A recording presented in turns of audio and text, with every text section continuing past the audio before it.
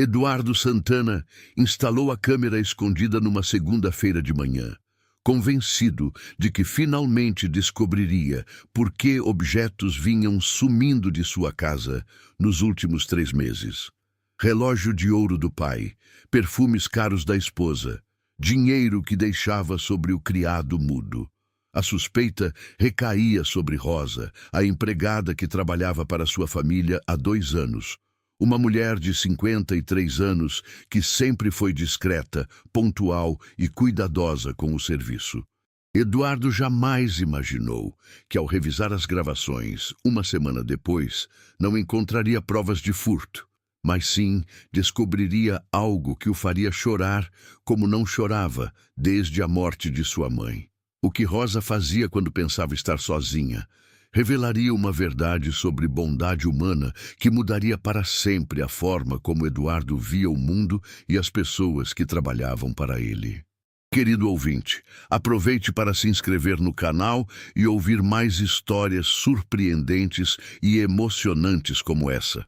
Agora vamos continuar ouvindo a história e descobrir o que irá acontecer. Eduardo era proprietário de uma empresa de importação bem-sucedida em São Paulo. Aos 42 anos, tinha construído um patrimônio sólido que lhe permitia viver numa casa ampla no Morumbi, manter os 2 filhos em escolas particulares caras e proporcionar à esposa Márcia uma vida confortável, sem a necessidade de trabalhar fora. A casa do Santana tinha 400 metros quadrados, jardim com piscina, 5 quartos, 3 banheiros, sala de estar, sala de jantar, escritório, cozinha ampla e uma área de serviço completa. Era uma residência que exigia cuidados constantes para se manter impecável, trabalho que Rosa executava com dedicação exemplar desde que foi contratada. Rosa Oliveira vinha de Caruaru, no interior de Pernambuco. Havia migrado para São Paulo 20 anos antes em busca de melhores oportunidades de trabalho. Era viúva há 15 anos, criou 4 filhos sozinha, trabalhando como empregada doméstica em casas de famílias de classe média alta. Dos 4 filhos, 3 já estavam estabelecidos profissionalmente, mas o mais novo, Caio, de 22 anos, havia nascido com uma deficiência intelectual leve que dificultava sua inserção no mercado de trabalho. Eduardo conhecia pouco sobre a vida pessoal de Rosa. Sabia que ela era viúva, que tinha filhos adultos, que morava numa pensão na zona norte da cidade. Rosa chegava às 7 da manhã e saía às 5 da tarde, de segunda a sexta. Era pontual, eficiente, nunca criava problemas. Durante 2 anos de trabalho, Eduardo mal havia conversado com ela além dos cumprimentos básicos e instruções sobre o serviço. A desconfiança em relação a Rosa começou em março, quando Eduardo notou que o relógio de ouro que havia herdado do pai não estava mais na cômoda do quarto. Inicialmente, pensou que poderia ter guardado em outro lugar, mas depois de procurar por toda a casa, concluiu que o objeto havia desaparecido. O relógio tinha valor sentimental enorme, além do valor material de quase R$ 10.000. 2 semanas depois, foi a vez de um perfume francês caro de Márcia sumir do banheiro da suíte. Márcia notou o desaparecimento e comentou com Eduardo, que começou a suspeitar que não se tratava de esquecimento ou mudança de lugar dos objetos. O terceiro incidente ocorreu no início de abril. Eduardo havia deixado R$ 500 sobre o criado mudo na sexta-feira à noite, dinheiro que pretendia usar no fim de semana. Na segunda-feira, o dinheiro não estava mais lá. Dessa vez, Eduardo teve certeza de que estava sendo roubado dentro de sua própria casa. A única pessoa que tinha acesso livre a todos os cômodos da casa durante a semana era Rosa. Eduardo e Márcia trabalhavam fora. Os filhos ficavam na escola até tarde e Rosa estava sozinha na residência a maior parte do tempo. A lógica indicava que ela era a única suspeita possível. Eduardo ficou profundamente decepcionado com a suspeita. Rosa sempre havia parecido uma pessoa honesta, trabalhadora, de confiança. A ideia de que ela pudesse estar roubando da família que a empregava o entristecia e, ao mesmo tempo, o irritava. Como alguém em quem ele havia depositado confiança poderia traí-los dessa forma? Márcia sugeriu que Eduardo confrontasse Rosa diretamente, mas ele preferiu uma abordagem mais cuidadosa. Decidiu instalar uma câmera de segurança escondida na sala principal da casa para flagrar Rosa em ação. A câmera seria pequena, discreta, instalada numa estante entre livros, com um ângulo que permitisse ver a maior parte do ambiente. Eduardo instalou a câmera numa segunda-feira de manhã, antes de Rosa chegar para trabalhar. Era um equipamento moderno que gravava em alta definição e armazenava as imagens num cartão de memória com capacidade para uma semana de gravação contínua. Ele disse à esposa que havia instalado o equipamento por questões de segurança geral da casa. Durante toda aquela semana, Eduardo se sentiu desconfortável com a situação. Não gostava da ideia de espionar uma empregada, mas sentia que não tinha alternativa. Os objetos continuavam desaparecendo, e ele precisava de provas concretas antes de tomar qualquer atitude drástica, como demitir Rosa sem justa causa. Na sexta-feira à noite, Eduardo decidiu revisar as gravações da semana. Instalou o cartão de memória no computador do escritório e começou a assistir às imagens, esperando encontrar flagrantes de Rosa pegando objetos que não lhe pertenciam. O que Eduardo viu nas primeiras horas de gravação era exatamente o que esperava. Rosa chegando pontualmente às 7 da manhã, cumprimentando a família, começando as atividades de limpeza e organização da casa. Nada de anormal. Nada de suspeito. Conforme avançava as imagens, Eduardo via Rosa trabalhando com dedicação, aspirando carpetes, limpando móveis, organizando objetos, preparando o almoço. Era uma empregada exemplar fazendo seu trabalho com capricho e atenção aos detalhes. Mas foi quando Eduardo chegou às imagens de Rosa sozinha na casa que descobriu algo completamente inesperado. Na terça-feira, por volta das 10 da manhã, depois que toda a família havia saído, Rosa fez algo que deixou Eduardo intrigado. Ela pegou o telefone fixo da sala e fez uma ligação que durou quase 20 minutos. Durante a conversa, Rosa falava baixo, mas sua expressão demonstrava preocupação e tristeza. Eduardo aumentou o volume para tentar ouvir a conversa, mas Rosa falava muito baixo para que o áudio da câmera captasse as palavras. Pela linguagem corporal, era evidente que se tratava de uma conversa séria, possivelmente sobre algum problema pessoal. Depois de desligar o telefone, Rosa permaneceu sentada no sofá por alguns minutos, com as mãos cobrindo o rosto. Estava claramente emocionada, talvez chorando. Eduardo ficou surpreso ao ver aquela demonstração de vulnerabilidade de uma pessoa que sempre se mantinha discreta e controlada no trabalho. Nas imagens da quarta-feira, Eduardo viu algo ainda mais intrigante. Rosa novamente fez uma ligação longa, dessa vez parecendo mais agitada durante a conversa. Depois de desligar, ela saiu da sala e voltou alguns minutos depois, carregando uma sacola de pano que Eduardo não reconheceu. Rosa abriu a sacola sobre a mesa de centro da sala e começou a organizar o conteúdo. Eram medicamentos.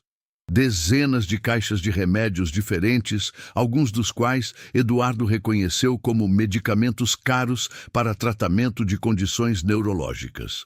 Rosa separava os medicamentos em grupos, contava comprimidos, organizava tudo meticulosamente. Eduardo ficou confuso com a cena.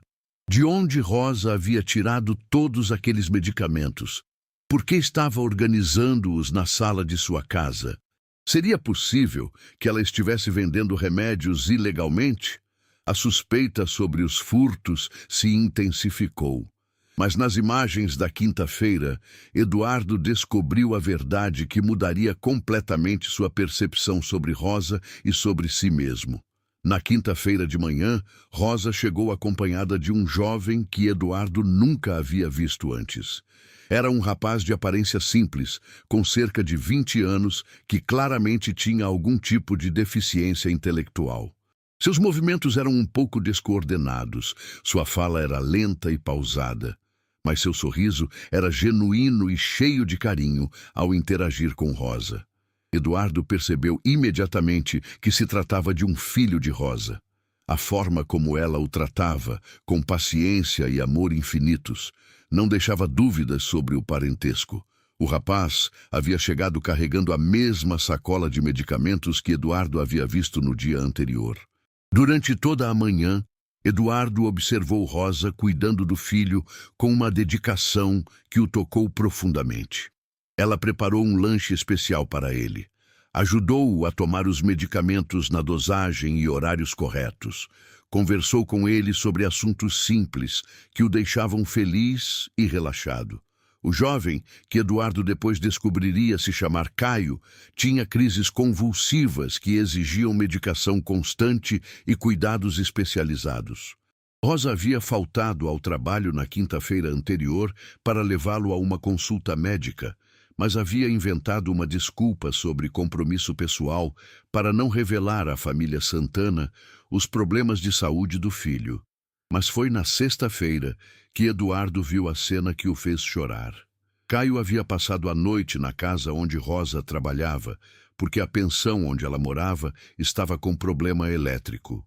Rosa preparou um colchão na sala para ele dormir, depois que a família Santana havia ido para os quartos. Na sexta-feira de manhã, antes da família acordar, Eduardo viu Rosa ajudando Caio com os exercícios de fisioterapia que ele precisava fazer diariamente. Ela o guiava com paciência infinita, repetindo os movimentos dezenas de vezes, comemorando cada pequeno progresso com um entusiasmo genuíno. Depois dos exercícios, Rosa abraçou o filho longamente, dizendo palavras que o áudio da câmera finalmente conseguiu captar. Meu amor, você é o homem mais corajoso que eu conheço. Não importa o que aconteça, a mamãe sempre vai cuidar de você. Sempre. Caio respondeu com a fala pausada, mas carinhosa. Eu te amo, mãe. Você é a melhor mãe do mundo. Eduardo parou a gravação nesse momento. Estava com os olhos cheios de lágrimas, sentindo uma mistura de emoção e vergonha que nunca havia experimentado antes. Havia passado uma semana suspeitando que Rosa estava roubando sua família, quando, na verdade, ela estava enfrentando desafios inimagináveis para cuidar de um filho especial sozinha.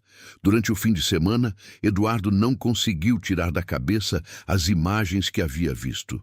Começou a pesquisar sobre os medicamentos que Rosa organizava. Descobriu que se tratavam de remédios neurológicos caríssimos, alguns custando mais de R$ 300 por caixa. O tratamento completo de Caio provavelmente custava mais de R$ 2.000 por mês, valor que certamente excedia o salário que Rosa recebia. Eduardo também começou a prestar mais atenção em Rosa durante a segunda-feira seguinte. Notou que ela parecia mais cansada que o normal, que às vezes suspirava profundamente enquanto trabalhava, que verificava o celular com frequência como se esperasse notícias importantes. Na segunda-feira à noite, Eduardo tomou uma decisão que mudaria tudo. Decidiu conversar com Rosa sobre o que havia descoberto, mas não como um patrão confrontando uma suspeita de roubo. Como um ser humano que havia compreendido a realidade difícil de outro ser humano. Na terça-feira de manhã, Eduardo chegou em casa mais cedo, antes de Rosa terminar o expediente. Encontrou-a na cozinha, terminando de organizar a louça do almoço. Eduardo pediu para conversarem na sala, disse que tinha algo importante para discutir. Rosa imediatamente ficou tensa, pensando que seria demitida. Durante os 2 anos de trabalho na casa do Santana, ela havia se esforçado para ser a empregada perfeita, mas sabia que ultimamente estava mais distraída devido aos problemas com Caio. Eduardo começou a conversa pedindo desculpas. Explicou que havia instalado uma câmera porque objetos estavam desaparecendo da casa, que havia suspeitado dela inicialmente, mas que as gravações haviam revelado algo completamente diferente. Rosa ficou mortificada ao saber que havia sido filmada sem seu conhecimento. Começou a se explicar atropeladamente, dizendo que nunca havia roubado nada, que era uma pessoa honesta, que precisava daquele trabalho para sustentar a família. Eduardo a interrompeu gentilmente, dizendo que não estava acusando-a de roubo. Pelo contrário, havia descoberto que ela era uma pessoa extraordinária, enfrentando uma situação muito difícil sozinha. Contou que havia visto as imagens de Caio, que compreendia agora os desafios que ela enfrentava como mãe de um filho especial. Rosa começou a chorar. Durante 2 anos, havia guardado para si todos os problemas relacionados ao filho, com medo de que os patrões a considerassem uma funcionária problemática. Nunca havia falado sobre as consultas médicas constantes, sobre o custo dos medicamentos, sobre as noites em claro cuidando de Caio quando ele tinha crises. Eduardo perguntou sobre os objetos que haviam desaparecido. Rosa, entre lágrimas, confessou que havia pego emprestado algumas coisas com a intenção de devolver, mas que havia precisado vendê-las para comprar medicamentos para Caio quando o dinheiro do salário não havia sido suficiente. O relógio de ouro havia sido vendido para pagar uma consulta neurológica de emergência. O perfume de Márcia havia sido trocado numa farmácia por remédios que Caio precisava urgentemente. O dinheiro sobre o criado mudo havia sido usado para comprar cadeira de rodas especial quando Caio passou por uma fase de maior dificuldade de locomoção. Rosa disse que pretendia repor tudo assim que conseguisse equilibrar as contas, que nunca havia considerado aquilo como roubo, mas como um empréstimo desesperado que devolveria com juros. Sabia que estava errada, mas a situação de Caio era tão crítica que ela havia tomado a decisão mais difícil de sua vida. Eduardo ouviu tudo com o coração apertado.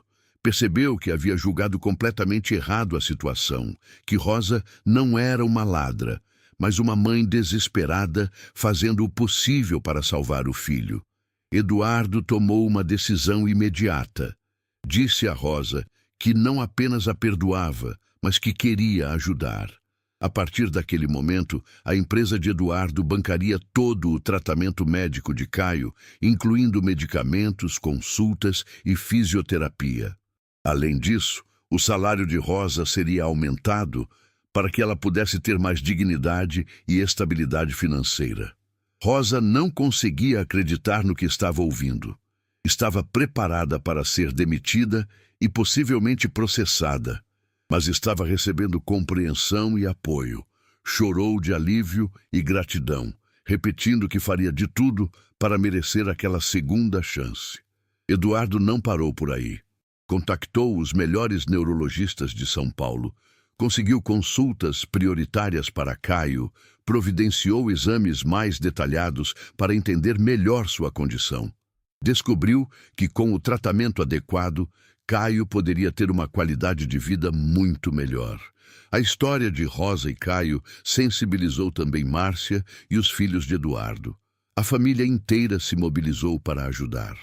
Márcia começou a pesquisar sobre deficiências intelectuais. Os filhos adolescentes de Eduardo passaram a interagir com Caio sempre que ele visitava a casa, tratando-o com carinho e respeito. Eduardo providenciou um local adequado para Rosa e Caio morarem. Alugou um apartamento pequeno, mas digno, numa região com acesso fácil ao transporte público. Mobilou o espaço, garantiu que Caio tivesse um quarto próprio, adaptado às suas necessidades. 3 meses depois do confronto inicial, Caio estava irreconhecível. Com o tratamento médico adequado, os medicamentos corretos e o acompanhamento profissional, suas crises haviam diminuído significativamente. Ele começou a frequentar um centro de reabilitação especializado, onde aprendeu habilidades básicas que melhoraram sua autonomia. Rosa floresceu como pessoa e como profissional. Sem a pressão financeira constante e o estresse de ver o filho sofrendo, ela se tornou ainda mais dedicada ao trabalho. Mas agora, Eduardo a via como uma pessoa completa, não apenas como uma empregada. Eduardo começou a conversar regularmente com Rosa sobre assuntos pessoais. Interessou-se genuinamente pela evolução de Caio. Passou a tratá-la como membro da família, não como funcionária. Rosa, por sua vez, desenvolveu uma lealdade e gratidão por Eduardo que iam muito além do trabalho doméstico.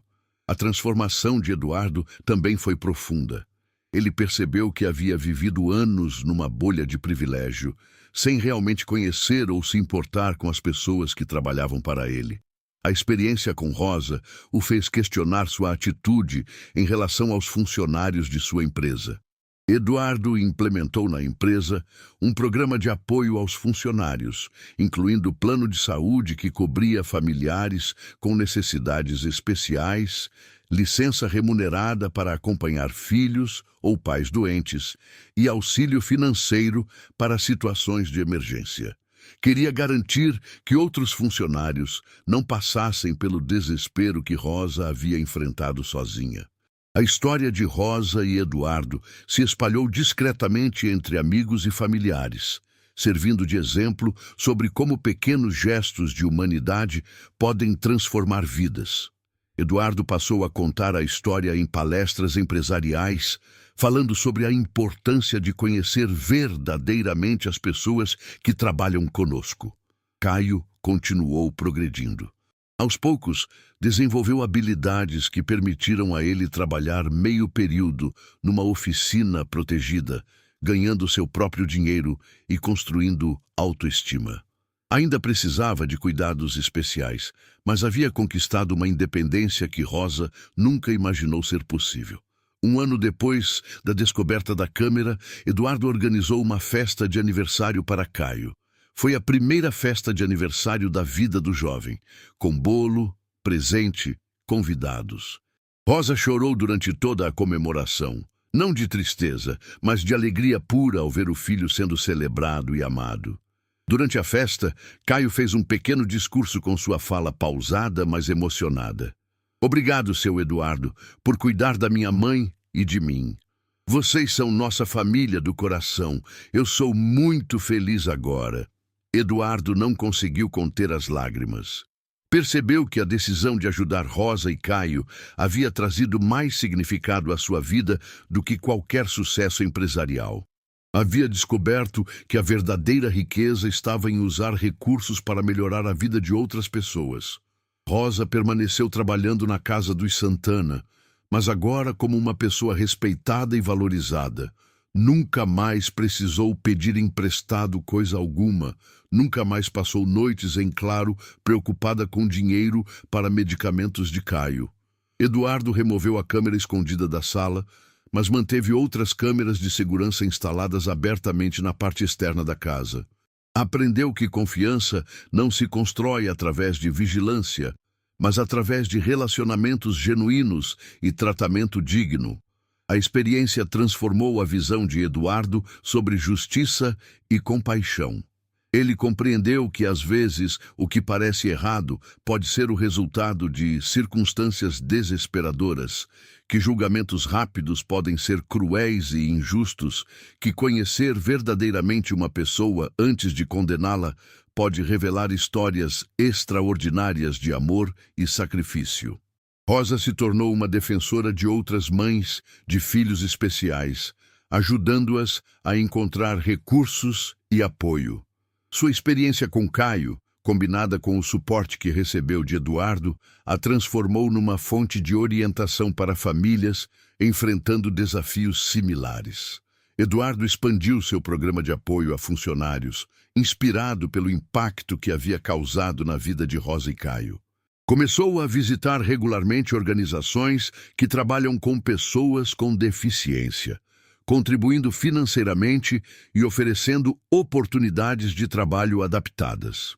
A câmera escondida que Eduardo havia instalado para flagrar uma suposta ladra acabou revelando uma das mais belas histórias de amor maternal que ele já havia testemunhado.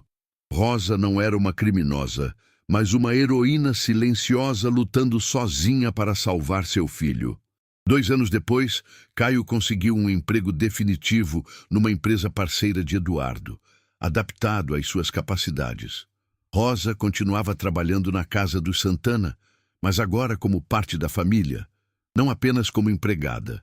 Eduardo frequentemente refletia sobre como um mal-entendido inicial havia levado à descoberta mais importante de sua vida, que por trás de cada pessoa há uma história única, que julgar sem conhecer é uma forma de crueldade e que a verdadeira generosidade não custa dinheiro, mas mudança de perspectiva. A história da câmera escondida se tornou lenda na família Santana. Toda vez que alguém fazia julgamentos precipitados sobre outras pessoas, Eduardo contava a história de Rosa para lembrar que a realidade é sempre mais complexa do que aparenta e que um pouco de curiosidade genuína sobre a vida alheia pode revelar oportunidades extraordinárias de fazer o bem. Rosa guardava uma foto da primeira festa de aniversário de Caio na carteira. Sempre que olhava a imagem do filho sorrindo, rodeado de pessoas que o amavam, lembrava-se de que às vezes os piores momentos de nossas vidas podem ser o início das melhores transformações e que a bondade humana pode aparecer nos lugares mais inesperados. Assim, uma câmera instalada para flagrar crimes revelou a maior lição de humanidade que Eduardo poderia receber. Que por trás de ações que não compreendemos pode haver histórias de amor tão profundas que são capazes de transformar não apenas quem as vive, mas também quem tem a sorte de testemunhá-las. Querido ouvinte, se você gostou dessa história, curta o vídeo, se inscreva no canal, compartilhe e comente de que cidade você está vendo esse vídeo.